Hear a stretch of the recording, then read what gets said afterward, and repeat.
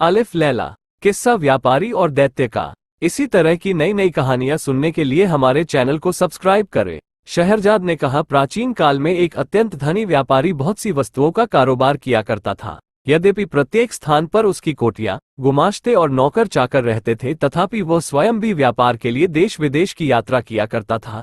एक बार उसे किसी विशेष कार्य के लिए अन्य स्थान पर जाना पड़ा।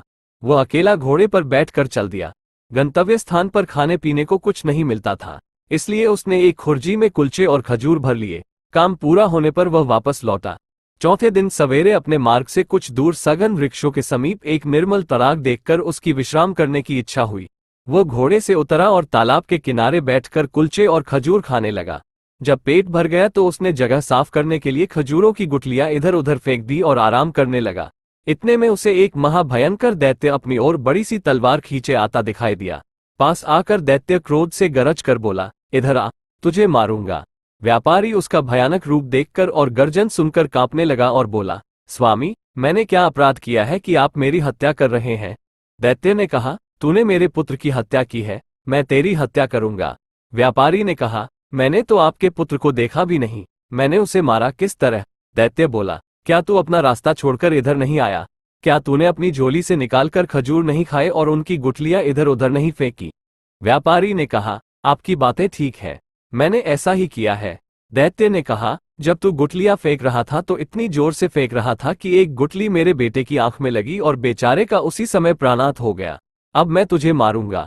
व्यापारी बोला, स्वामी, मैंने आपके पुत्र को जानबूझकर तो मारा नहीं है, फिर मुझसे जो भूल हो गई है उसके लिए मैं आपके पैरों पर गिरकर क्षमा मांगता हूँ।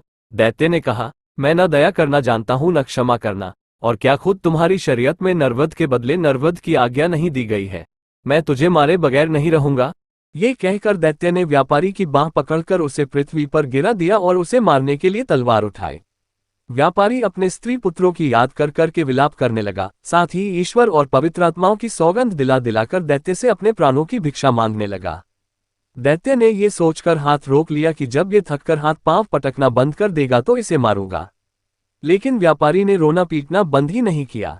अंत में दैत्य ने उससे कहा, तू बेकार ही अपने को और मुझे तंग कर रहा है।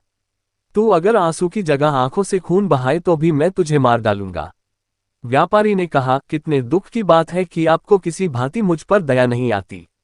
आप एक दीन निष्पाप मनुष्य को अन्यायपूर्वक मारे डाल रहे हैं और मेरे रोने गिड़गिड़ाने का आप पर कोई प्रभाव नहीं होता। मुझे तो अब भी विश्वास नहीं होता कि आप मुझे मार डालेंगे। दैत्य ने कहा, नहीं, निश्चय ही मैं तुम्हें मार डालूंगा।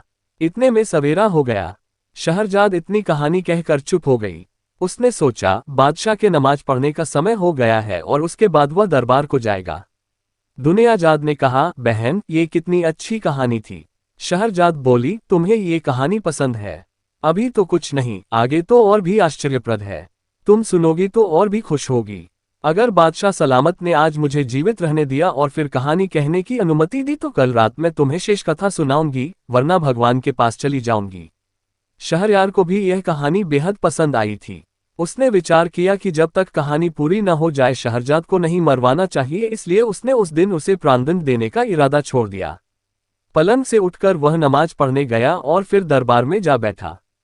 शोक कातर मंत्री भी उपस्थित था। वह अपनी बेटी का भाग्य सोचकर सारी रात न सोया था। वह प्रतीक्षा में था कि शाही हुक्म हो तो मैं अपनी बेटी को ले जाकर जल्लाद के सुपुर्द करूं। किंतु उसे ये देखकर आश्चर्य हुआ कि बादशाह ने यह अत्याचारी आदेश नहीं दिया।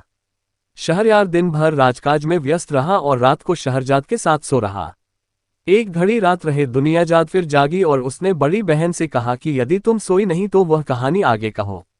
शहरयार भी जाग गया और बोला, ये ठीक कहती है, मैं भी व्यापारी और दैत्य की कहानी सुनना चाहता हूँ। तुम कहानी को आगे बढ़ाओ। शहरजाद ने फिर कहना शुरू किया। जब व्यापारी ने देखा कि दैत्य मुझे किसी प्रकार जीवित न छोड़ेगा तो उसने कहा, स्वामी, यदि आपने मुझे वध्य समझ ही लिया है और किसी भांति भी मुझे प्राण दान देने को तैयार नहीं है तो मुझे इतना अवसर तो दीजिए कि मैं घर जाकर अपने स्त्री पुत्रों से विदा ले लूं और अपनी संपत्ति अपने उत्तराधिकारियों में बांट आऊं, ताकि मेरे पीछे उनमें संपत्ति को लेकर लड़ाई झगड़ा न हो। मैं प्रतिज्ञा करता हूं कि यह सब करने के बाद मैं इसी स्थान पर पहुंच जाऊंगा। उस समय आप जो ठीक समझे वह मेरे साथ करें। दैत्य ने कहा, यदि मैं तुम्हें घर जाने दूं और तुम वापस न आओ फिर क्या होगा? व्यापारी बोला, मैं जो कहता हूं उससे फिरता नहीं। फिर भी यदि आपको विश्वास न हो तो मैं उस भगवान की, जिसने पृथ्वी आकाश आदि सब कुछ रचा है, सौगंध खाकर कहता हूं कि मैं घर से इस स्थान पर अवश्य वापस आऊंगा। दैत्य ने कहा, तुम्हें कितना समय चाहिए? व्यापारी ने कहा, मुझे केवल 1 वर्ष की मोहलत चाहिए, जिसमें मैं अपनी सारी जायदाद का प्रबंध करके आऊं और मरते समय मुझे कोई चिंता न रहे। मैं प्रतिज्ञा करता हूं कि वर्षोपरांत मैं इसी स्थान पर आकर स्वयं को आपके सुपुर्द कर दूंगा। दैत्य ने कहा, अच्छा, मैं तुम्हें 1 वर्ष के लिए जाने दूंगा, किंतु तुम ये प्रतिज्ञा ईश्वर को साक्षी देकर करो। व्यापारी ने ईश्वर की सौगंध खाकर प्रतिज्ञा दोहराए और दैत्य व्यापारी को उसी तालाब पर छोड़कर अंतर्ध्यान हो गया। व्यापारी अपने घोड़े पर सवार होकर घर को चल दिया। रास्ते में व्यापारी की अजीब हालत रही। कभी तो वह इस बात से प्रसन्न होता कि वह अभी तक जीवित है और कभी 1 वर्ष बाद की निश्चित मृत्यु पर शोकातुर हो उठता था। जब वह घर पहुंचा तो उसकी पत्नी और बंधु बांधव उसे देखकर प्रसन्न हुए, किंतु वह उन लोगों को देखकर रोने लगा।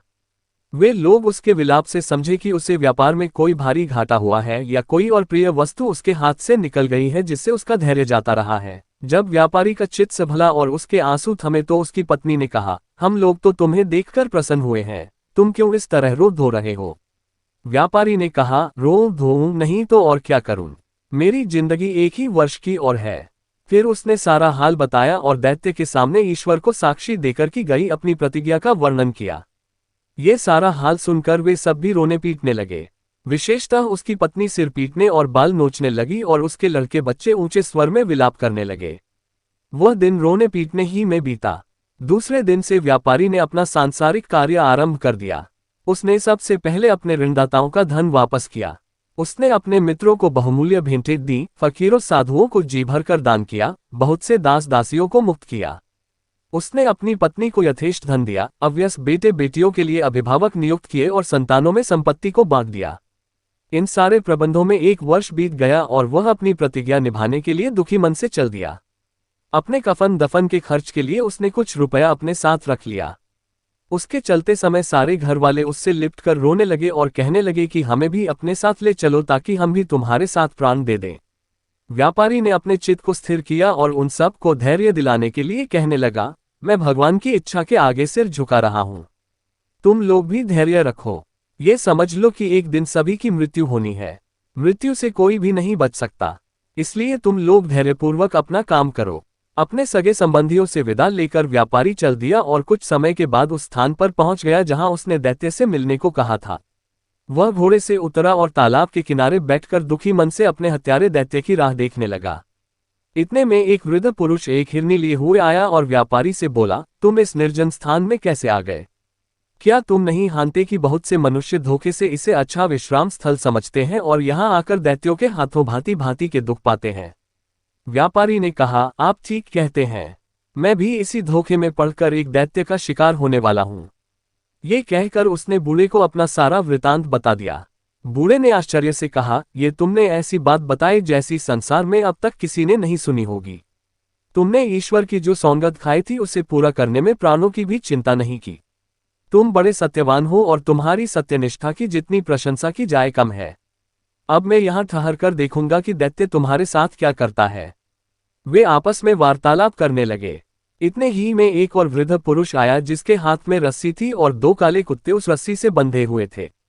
वह उन दोनों से उनका हालचाल पूछने लगा। पहले बूढ़े ने व्यापारी का संपूर्ण वृतांत कहा और यह भी कहा कि मैं आगे का हालचाल देखने यहाँ बैठा हूँ। दूसरा बूढ़ा भी यह सब सुनकर आश्चर्यचकित हुआ और वहीं बैठकर दोनों से बातें करने लगा।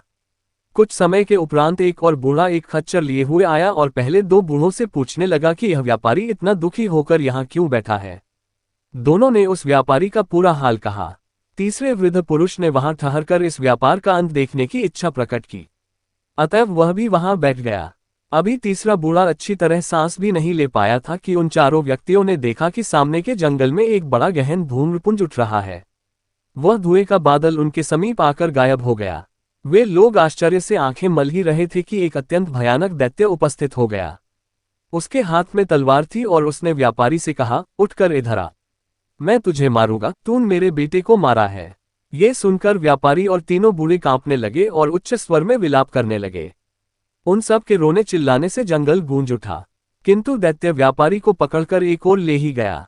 हिरनी वाले बूढ़े ने ये देखा और वह दौड़कर दैत्य के पास पहुंचा और बोला, दैत्य महाराज, मैं आपसे कुछ निवेदन करना चाहता हूं। आप अपने क्रोध पर कुछ देर के लिए संयम रखें। मेरी इच्छा है कि मैं अपनी और इस हिरनी की कहानी आपको सुनाऊं। किंतु कहानी के लिए एक शर्त है। यदि आपको ये कहानी विचित्र लगे और पसंद आए तो आप इस व्यापारी का 1/3 अपराध क्षमा कर दें। दैत्य ने कुछ देर तक सोचकर कहा, अच्छा, मुझे तुम्हारी शर्त स्वीकार है। कहानी कहो।